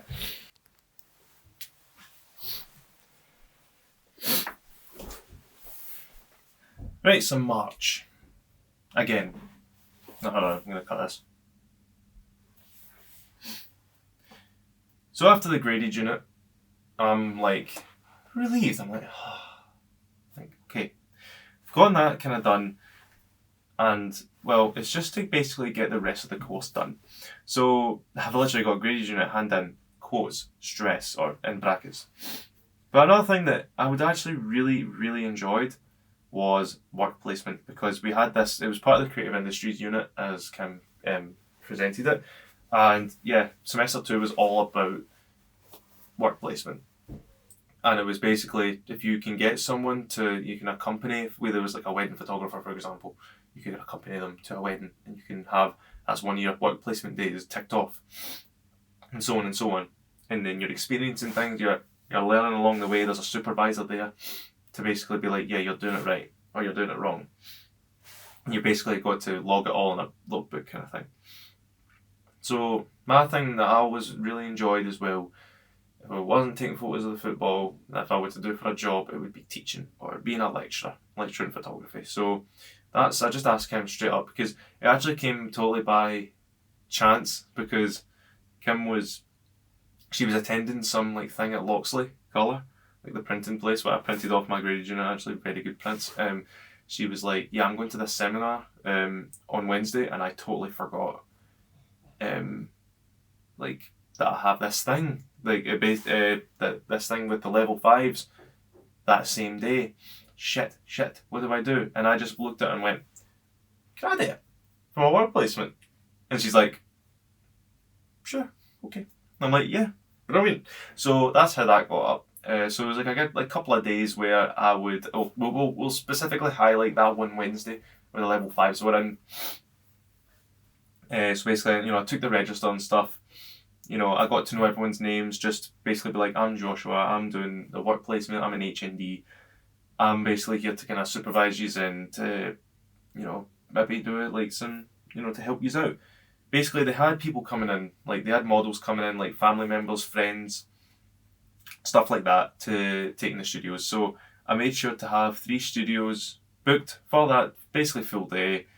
3 lights set up. There was a couple of people helping me. And it was, obviously it was the first time me doing it, but it was kind of more stressful than you might think. Because Neil was obviously giving me some feedback as well just during that time, because they were kind of like outside and I was kind of helping putting the lights up and stuff. And Neil was like, right, let's give them something to do while they're outside. I'm like, perfect. So I'm like, right, why don't we all split into groups, like maybe into 3 groups, let's say, and you can all kind of take turns in the kind of studios, if you're just photographing each other. Excuse me. And if they've got someone coming in as a model, then only the model and the photographer can be in the studio, just to not intimidate the model. So that's why I say just, because it makes sense. And they were like, aye, perfect. So once I got everything set up, there was another kind of point of stress where we couldn't find studio triggers, because there was one from the studio that I had to use. There was mine, so we had to find one more, and I couldn't find any batteries or anything. But I think I got like Gary's or something. I got someone's studio triggers. It must have been someone from the class or one of the lecturers. So I'm like, God bless. And well, we just left them to it. I would just go in from every now and then if they didn't have a model in, and I would go, how are we getting on? And then they would ask me how to do this, and they would just be photographing each other as well, and they were in that studio for hours. They were a good bunch of students. So I taught a good few of them how to do like double exposure, because they really wanted to do that. That meant turning off the lights and putting it, like focusing on your subject first, and then setting it to manual, and then turning the lights off, and then doing the double exposure, or light painting even as well, because they were doing some of that. So I basically taught them how to do that, and it was like a really good kind of demonstration that I did in front of them, because it was also natural. It was just, they were just kind of like, how do you do this? And I'm like, watch. So I just got them all kind of like, I got maybe six, seven of them surrounded, and then I got them to, I can't believe I just said that. I got them to, watch and also try it. And you know what, it really worked. And they were in that studio for another like 3 odd hours. It was like pretty. It was like, I was like, these are some people with some work ethic. They had some. They were actually, they knew what they were doing. And I told Gary this, and they're like, yeah, you're right. They are like a good bunch, and you helping them and being more just motivated as them. That kind of helped them to get out of their shell a bit more, because there was like 1 or 2 that kind of had a bit of anxiety, I think. So and they were absolutely fine, by the way, like during the shoots. So they were obviously comfortable, which is brilliant. Loved, that was a good day, because I got to run up and down, see what was going on, even talk to some of the models as well sometimes, because it was family members. They just wanted to go in and out.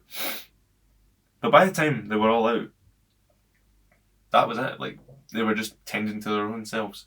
And I'm like, you can tidy up the studios as well if you really want to, but you can just leave whenever you want. And they stayed for a long time. There was a few that did put the lights away, and some that didn't. But again, they had the choice. It's it was under my supervision, so I put the studios away as well. So that was my work placement. It was that for 2 days, and it was maybe like a lecture about like camera settings and stuff like that, because they were level 5s. They were like still at the very beginning of their kind of stage, and I kind of talked to them about my photographic journey as well. So that was another thing. So again, brilliant stuff. Really enjoyed it. Photojournalism stuff, I don't remember much about that. Tartan. So this was part of fashion again, and I got basically, I tried to find anything on Vinted and all the charity shops, anything under a tenner, something tartan, whether it be a jacket, a scarf, a fucking blanket. Couldn't find anything.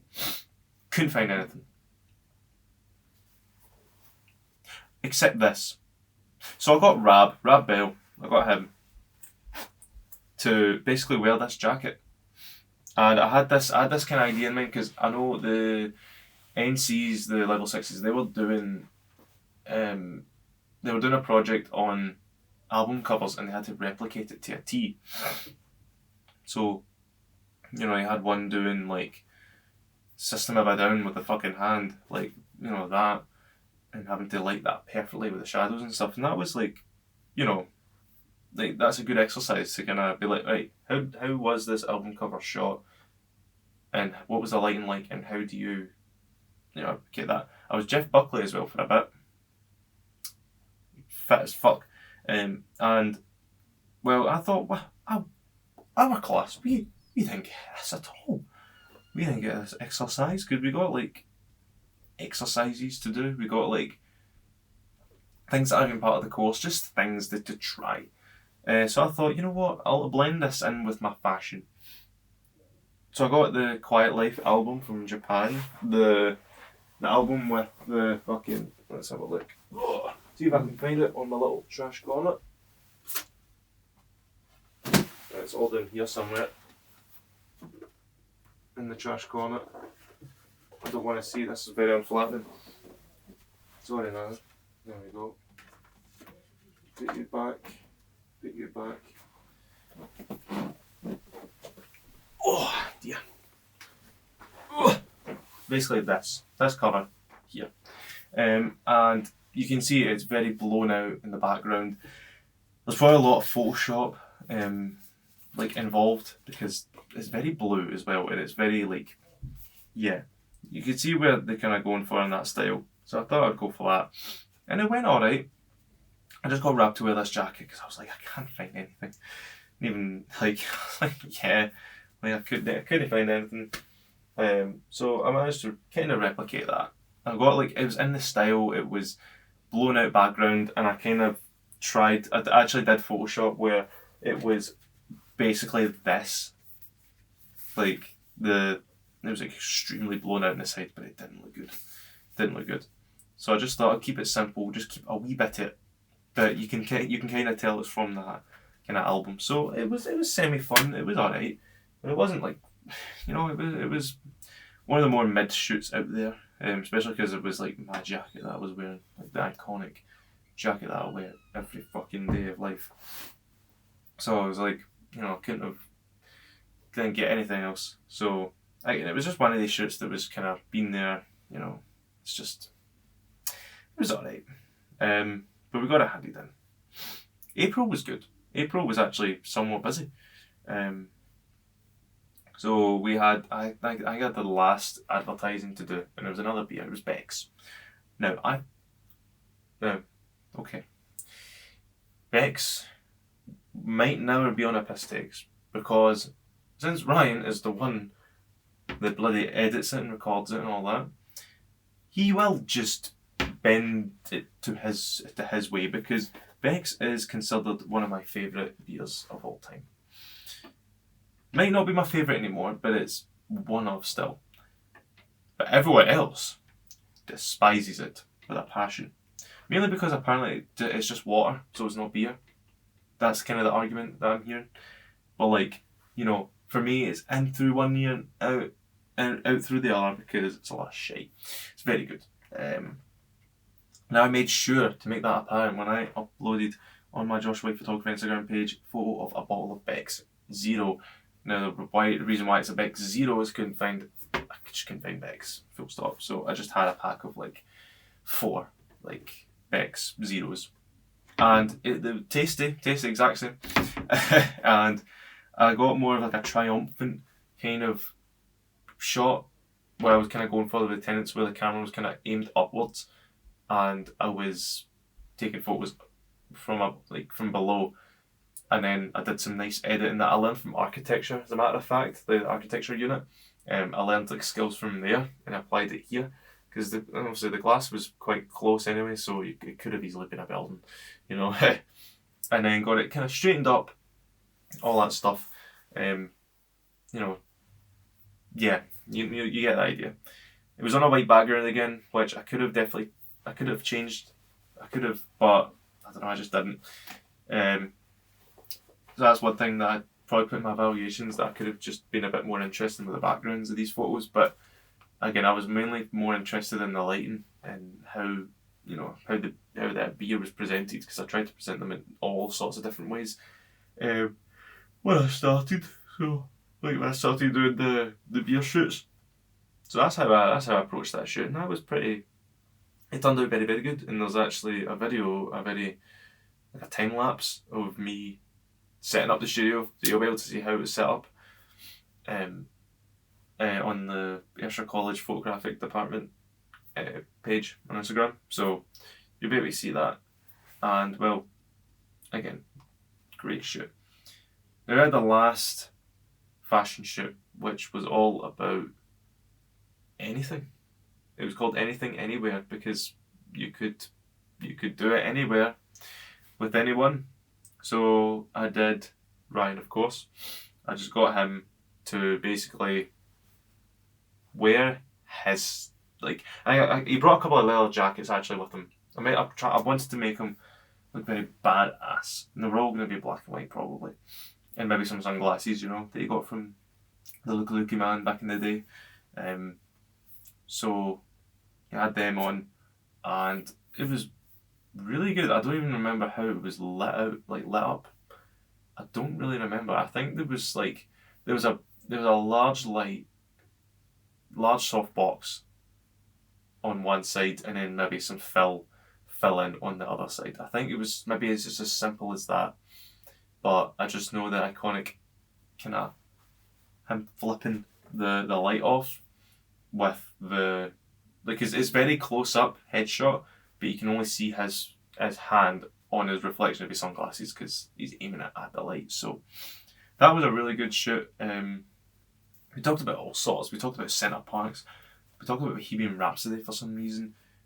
Talked about probably Father Ted. I mean, there was plenty. There's plenty of stuff at discussion, and we also talked about it. I talked about it on my page as well, actually. So let's have a look. Yeah, it turned out like a bit as successful as it did, as I thought it would be. Yeah, because we talked about a man called Pepsi. That was the guy that he bought the sunglasses from. The Boy Genius t-shirt he was wearing. He wanted to marry the light. We talked about Spider-Man 3 as well, and Bohemian Rhapsody. That was it. And Centre Parks. So that was that. And yeah, it was badass as hell. Black. It was like black and white as well. I tried to get some kind of album cover kind of shoots because I had some photos of him kind of sitting in the chair, kind of very, very upwards angle, which kind of worked, you know. It was also fun to edit as well. See, I like a good black and white image to edit. I do. I really do. Speaking of Ryan, actually, this was ages ago. I totally forgot this was one of the photojournalism briefs. It was someone just doing their thing, like doing a passion that they like. So I got Ryan and Roselle. He was just filming sounds and stuff like that for, like, just to have them, just to have sounds on his documentaries, what have you, just to have them. So I was just I went through all of the things that you could do except for taking photos. Taking photos of him just doing his thing. There was a lot of personality in those ones. It turned into a nice 10 image kind of series. All in black and white. They were all edited differently as well. Because obviously I couldn't just batch edit, paste the same ones, because the trees were like very in the way. They were like, the black and white contrasted so much in so little kind of spaces that it looked like a right mess sometimes, but I think I managed. So that was a good shoot. Oh, we're getting there, mate. We're getting there. We're getting to the end. And I've still got lots to say, by the way. So, the exhibition. Now, the exhibition was pretty successful. I got some of my graded unit prints, got them framed. I got some of the Zulu prints. I got them out there. Got like a set of business cards. It's on my phone right here. You'll probably have one. Everyone has one, probably. And a set of Gallus business cards, because you can't have one without the other, I suppose. So we had those, and I had a couple of portraits and a couple of event stuff as well. Now I can show a picture of the setup. That was it, and it was for like a good week that we had it. The opening night was really good as well, because we were all fancily dressed up. Well, not fancily dressed. I'm not like in suits, but I was dressed, nice, I would say. And yeah, I had a bottle of Carlsberg there. It was a good night. There was a lot of people that attended. And well, it was just kind of one last kind of hurrah, if you will. But there was also the end of year show, which was also kind of like a one last hurrah. Except it wasn't as good as last year. But I don't know who won the Ron McLean Award this year. It was someone in the HNC course, I know that. But yeah, very congratulations to that person.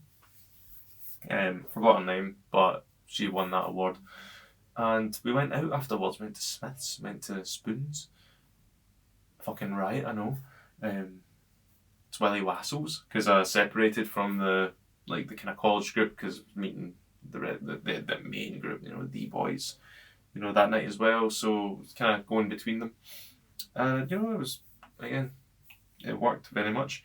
It was a good night. Again, stuff's happened, but obviously I'm still gonna stuff's happened since then, but I'm still gonna talk about it. Talk about these times, because they were part of this year, part of my life at the time, part of the course.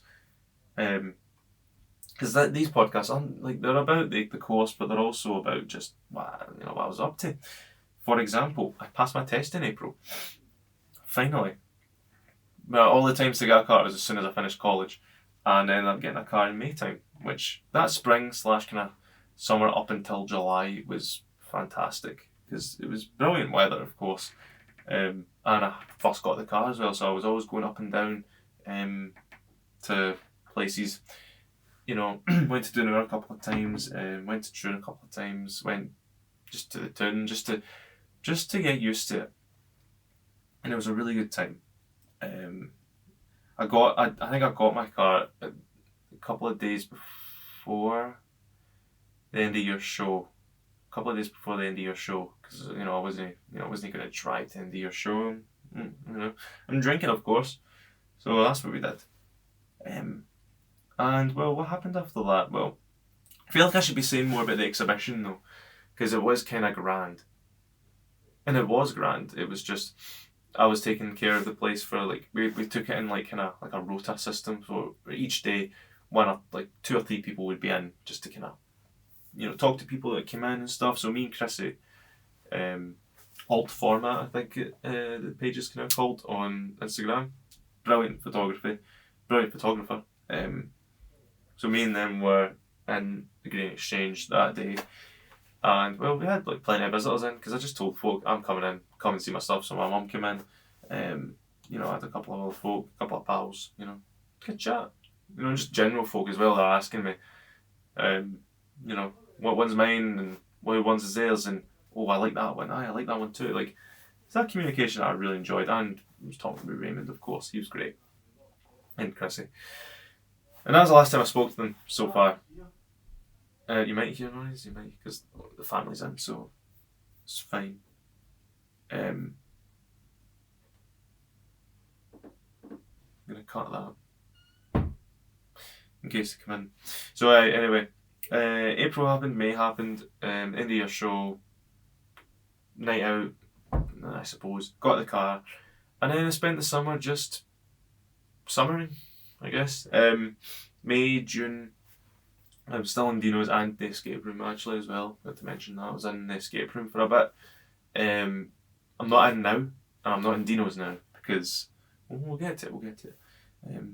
June was a good month because Dublin. Full stop. When I said that there's a certain drink, a certain beer that's so good you could put up on Gallus because you don't have it as often. You don't have it a lot, but see when you do, it is divine. That's what Kilkenny is as well. I need to figure out which one I should put in Gallus as my Gallus. With Kilkenny, I had about 6 of them. I spent about 70 quid on Kilkenny in one night. Or 70 euros, I should say, in Dublin. But that was some good 2 nights. Because Guinness tour happened. I was taking photos on my phone, funnily enough. It was just photos on my phone. Because we were going out drinking all the time, like, during that day. Like, we weren't really going back to the place. Like, if I had like a camera, like a nice compact kind of wee mirrorless thing that I could just snap away with, that would be perfect. But obviously, sometimes you got to just make do with what you have in that situation. So I just took photos on my phone, and I really enjoyed it because there was a mix of street photography, architectural shots, just pictures of just me and my pals, and that's all you need at the end of the day. You just need you and your pals, and just a good time. Like going to Dublin and Prague and Port Patrick, which happened the end of July. And well, I think because July was just kind of, I was doing things like we were just like, it was that kind of time when me and Ryan or like the group would just do stuff. So we went to see fucking Lucy Dacus, went to see Kaiser Chiefs. We did Dublin, of course. We went to the fucking theatre because why not? We went to, probably did an escape room in there. Like it's always just the stuff that you've got that one day, you've got a day out, day off, you've got that day, and well, the things that you do like around it that makes the night. Because you've got the escape room, but there's the things that you do around it before and after. Maybe see a film, maybe go have a couple of drinks, maybe go to the tennis parade again, maybe do this, do that. That's what makes those nights fucking special. And let me see if I got time left. 6 minutes. No bad. So we did that, and then the great timeline gap of August 2025 happened. Now, see, if you asked me what did I get up to in August 2025, hand on my fucking soul, right? I couldn't tell you. I don't remember. I don't know what. No, kind of do know what happened, but weirdly enough, it must have been the point between Port Patrick and the 31st of August. So between maybe the 20th of July to the 31st of August. Don't remember what happened. I think I started going to the gym again. Like, I switched gyms. I went to the gym group, so I was driving there all the time. Basically, after Port Patrick, I blinked, and I was in Asda, working in Asda, bouldering full time. So that's kind of how that happened, the great timeline gap, where there was a giant shift, basically. There was this giant shift that happened of change. That's what I was talking about earlier with change.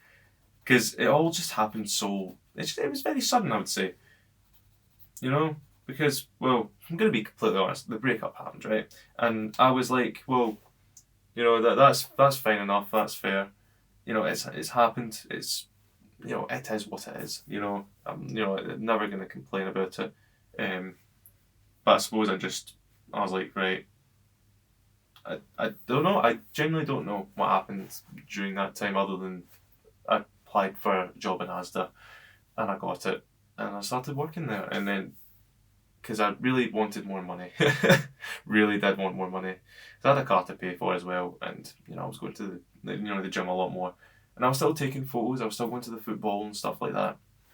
I suppose the more I talk about it, the more it kind of comes back.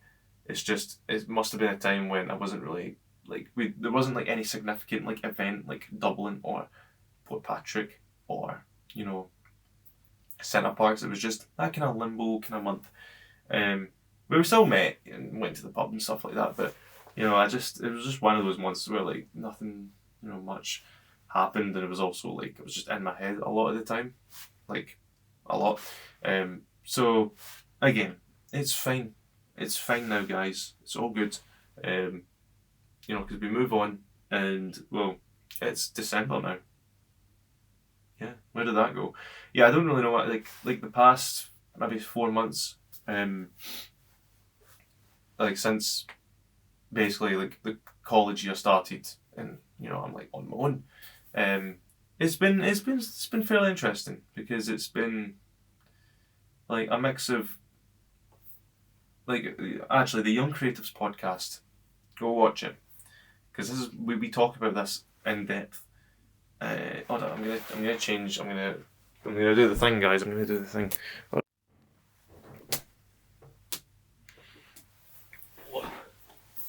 So what happened was, well, in the Young Creatives podcast, we talk about going things in depth, such as when we get older and we've got creative endeavours that we want to do, we're desperate to do it. We've got this drive, this motivation, this boost of dopamine to get things done, to get the momentum going. But you're also juggling the real world, a full-time job and social life and family and a car and those things that you've got to maintain. And that is life, and you've got to do it. And I'm never ever complain that you've got a job, because there's so many folk out there who would die for a job. So I'm so happy that I got a better job. Asda is a massive step up, funnily enough, from Dino's. So no offense to Dino's, by the way. Dino's is just one of those jobs where you do it when you're in college, you do it when you're in school. You don't really do it full time unless you're either extremely part time or you're a chef. So, or a student. That's the kind of way I kind of had it in mind. Or if you have more than 2 jobs. So, I packed that in very recently because I genuinely didn't have the time anymore to even do one shift a week. So, yeah, that's when the kind of rut maybe settled in, where I was just trying to grasp the idea that I'm not gonna have access to the studios again, and I'm on my own, you know. That's the kind of change I was kind of talking about earlier, where I was so worried after before leaving college about am I gonna keep this momentum? Because me and Gary went in deep, and very very in depth one day about what's next, and I was like, see if I go to uni or college to do the honours degree to finish it, it might end up, it all has the same ending. It's all got the same kind of conclusion after you leave. You stop. If you've got an opportunity and you go for it and it works, fantastic, amazing, the good ending, if you will. Obviously, the next chapter in your life begins, and for me, I kind of hit a wall where I was just working in ASDA and going out and socialising and doing things with my friends and stuff like that, which I'm eternally grateful for. So grateful for everything that's happened and everything that I'm doing. But I was always just a bit frustrated because I would never seem to get myself up in the morning sometimes to spend that free time that I've got to go and shoot something, do something creative, and I was just it was pretty frustrating as well. So that's why I was I guess I must have stopped for a wee while, because I thought about it every single day. Procrastination, I suppose. And again, this is when it kind of clicked for me. Momentum, you need momentum, and a wee bit of discipline. You need momentum, definitely. It's just hard to get on that the beginning stage, where you're getting the ball rolling, and then once you go from there, that's when you go down the hill. Not downhill as in you're going downhill as in you gain momentum running down a hill, and you're walking, and then you just can't stop after that. That's kind of what that's usually what works for me. So that's kind of what I tried. Like a week or two ago, I shot another football game after not being able to for a wee bit. I just got this. I had to have the Saturday off, and I was like, I need to shoot something, or I'll just be I'll not be happy with myself. So, Witless Vicks versus West Kilbride, very good game, 6-0 to us, brilliant game, and there was some brilliant photos as well. That was a really good shoot, and I was so just I was like, yeah, I feel like I can just conquer everything tomorrow, sure I'm not got anything planned tomorrow, but if there's something happening, I could just it'd be easier. That's the momentum kicking in. That's why I just kind of learned with I guess that's the kind of thing that you should keep an eye on. Always keep in mind. If you want to do something creatively, always do something that can build the momentum. Because again, me and Gary were talking about it. If you leave college now, or if you leave uni 2 years later, you're still going to need to have that skill building momentum, and then you've got it for there. And so far, it seems to be going pretty well now. I've done a couple of football shoots over the past couple of weeks, and I've got an opportunity. I've got a couple of opportunities actually coming in. I have someone who owns a tattoo studio who wants me to take photos of them.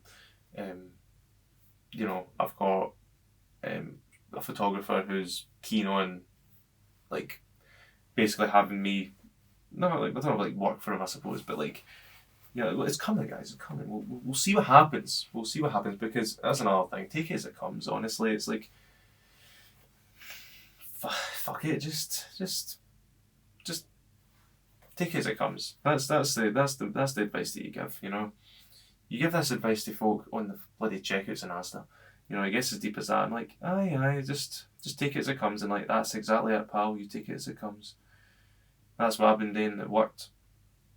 That's what they say. So, taking it as it comes and just because what's for you will get by, I suppose. If something was for me and then it wasn't, and it went by me, it's happened. There's been things that were for me at the time, maybe last year, and they didn't go by me, but obviously they may come to an end. So that was, again, wow, I got so deep. I got so deep. Again, I sound like depressed now when I'm just getting really deep, like I always do. But that's another thing, like the graduation. Fuck, I forgot about that. Yeah, I got a shift swapped. Went to the graduation. There was like 5 or 6, 7 folk, 6, 7 folk that showed up, and I got my little certificate, which I have right here. That's an HND, and I wore the gown and everything. It was a really fun morning. Sure, I didn't really talk to the classmates, but yeah, there we are. Graduation. I'm gonna need to get that framed. But I do have the diploma, and I've always got it behind me, and I'm always going to do it. I'm always going to take photos. I'm always going to shoot. I'm always going to have ideas. I'm always going to find ways to just keep the momentum going. Like even this, what I'm doing right now, talking to this camera, I'm actually having a lot of fun talking to this camera. And like the podcast is that chance. Like the podcast builds momentum. And if I'm doing it myself, it also builds momentum. Like even with if I'm doing projects with Ryan, it builds momentum. So I think that's just the kind of takeaway for this, And I'm just, the past 2 years have been truly something. I suppose that was like season 1 of the journey, And I met a lot of people, I've remained friends with a lot of people. A lot of people came and went. That's one thing. I'm grateful for every fucking one of them. Every one of them. Like, I hope that's kind of emphasised that, like, if they've stuck, if anyone's stuck around to the end, that's just the kind of thing. Like, I've met lots and lots of people, and I've done lots and lots of things, and I've learnt lots and lots of things, and I'm by no means, I'm not the same person as I was 2 years ago, because I'm just even people that I might have had slight bitterness with, or folk I might have, like things like that. It's all in the past now. It happens. It's life. It's things come and go. Things stay the same. Things might not. That's a kind of general end of year message, because this year is very different. 2 halves, if you will. Because now I'm at a kind of stage where I'm not like a millionaire by no means, but I'm definitely making more money than I would have at the start of this year. And I've got a car. I love the fact that I've got a motor. I've still got my pals. Always will. Always have and always fucking will. And I've got things coming up. So, like in terms of photography. So that was the kind of the epilogue kind of story, just about like my thoughts after being in college for ages, and maybe like as experiencing the Young Crepes podcast, like build momentum, be authentic as well. Like that's another thing. Be yourself, but like be authentic. Just have fun.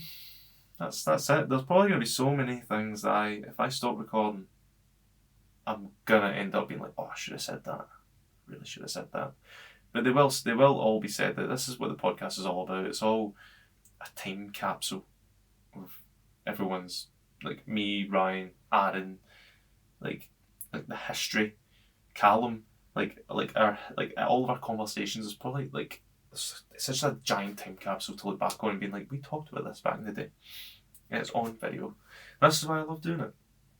I love doing the podcast. I love trying the new things like filming a film. We've got films as well coming up. We've got a couple of we've got fucking Super Ned coming up. Well, once we get to do it, of course, that might not come for a while, but it will. Same with Zulu. Zulu will come. It's just taking its time. It's very much taking its time, and I'm just taking it as it goes. I'm not gonna I'm definitely bettering myself. Fuck the procrastination. Get the momentum going. Get up in the morning. Do something. keep yourself busy. Do not go in that bed. Do not even lie in there when you come home from work, because you will fall asleep. Like you come home from work, you crash out. Don't do that. I don't even touch the bed now. I just do something, whether it's on the laptop or from outside or from socialising. That's how you do it. That's how you get the momentum going. How long have I been talking? No, I've got 8 minutes left. This will probably be the last recording before I end this fucking thing. Again, there's probably some more things about the course I should have said, or I could have said, but generally the HND course was fucking, just being in Ayrshire College in general, full stop. Like, it was, it was a brilliant 2 years where I just got to make loads of pals. I got to meet so many folk. I got to learn loads of stuff. My lecturers are absolutely brilliant. I'll still talk to them to this day. Like, that's one thing I'm never losing contact with these folk. And well, again, things have definitely changed, but that's the kind of end of year reminiscing that I like today. And we're probably gonna have this conversation, throughout the month as well, like just in person. But since I'm in front of a camera, it's like sometimes it's, I'm not camera shy, but sometimes there's things that I just forget to mention or I don't mention. And that's pretty much the end of it, I suppose. Just the story of the HND photography, Ayrshire College. I'm so grateful again. Thank you all so much for watching the podcast, but also like to the lecturers, to my classmates, all the folk that I met, the folk that I'm still pals with. Just appreciate it all, because I've now found like a sort of system routine that works, and it's only going to get better for you. So season 2 or something, I don't know, season 2 we'll call it, of the journey. So yeah, I'm